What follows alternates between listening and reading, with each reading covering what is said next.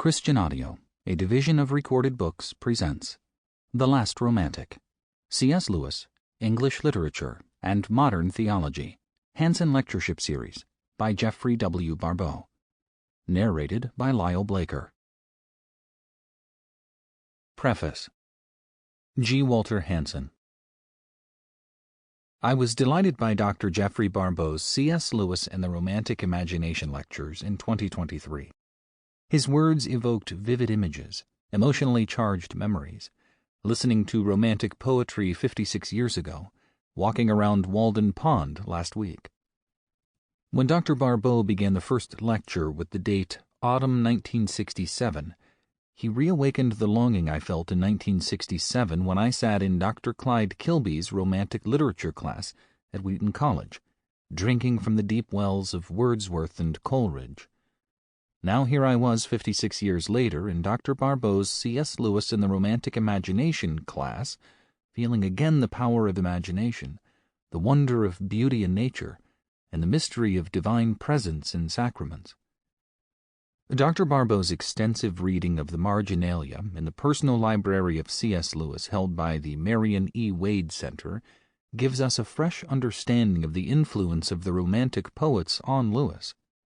Barbeau showed us a poem Lewis wrote on a page at the back of his own copy of the shorter poems of William Wordsworth, inspired by his beloved mentor. He helps us to see how often Lewis followed the legacy of Romanticism by beginning with subjectivity of the interior life. Yet Lewis argues from personal experience to the universality of objective values. Lewis's romantic argument, the way he builds universal objective moral law, the Tao, from subjective feelings, runs through the abolition of man.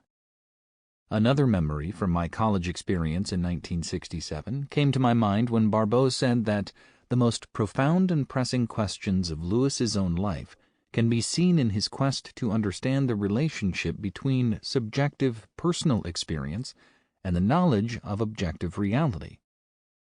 At the same time I took Kilby's class, I was happily lost in Dr. Art Holmes's epistemology class, and asking the very same questions. I'm still asking those questions. Barbeau took me a quantum leap forward in my pilgrimage to know the way, the truth, and the life in the wonder and mystery that I find in both nature and the sacraments of divine worship. Lecture 2 resonated deeply, this time especially with my wife, Darlene. Like Sarah Congdon, she keeps a journal. Unlike Sarah, Darlene's journal is not in the archive of a college library. She does not self-censor her morning pages. She shreds some of them, then the shreds become painted prayers in her painting of flowers growing out of golden bowls, blooming as answers from heaven. Dr. Barbeau reveals how the autobiographical books of C.S. Lewis draw on the same rich legacy of life writing that inspired the Methodist piety found in the journal of Sarah Eliza Congdon. A marginal note in Lewis's personal copy of John Wesley's journal indicates he finished reading Wesley's journal soon after the death of his wife, Joy. Lewis followed the Methodist tradition of journaling that shaped Romantic England, journaling as a way of tracking the interior work of the Spirit. In turn, his conversion narrative, Surprised by Joy, and the story of his mourning, A Grief Observed, were shaped by the personal narrative poems of William Wordsworth and Samuel Taylor Coleridge. Even though Lewis feared that his life story, Surprised by Joy, was suffocatingly subjective, he charged ahead to tell of his own interior journey from atheism to Christian faith. Barbeau teaches us that Lewis alludes to Romanticism not only in the title, a line taken from a poem by Wordsworth, but also by writing in the same spirit as Wordsworth's The Prelude in his own personal narrative. In Lecture 3, Barbeau begins with the fascinating story of the origin and making of Lewis's wardrobe, now standing in the Marion E. Wade Center. Barbeau then leads us to consider the role of the symbol in Romanticism as a way of understanding Lewis's view of nature, imagination, and the numinous experience of God.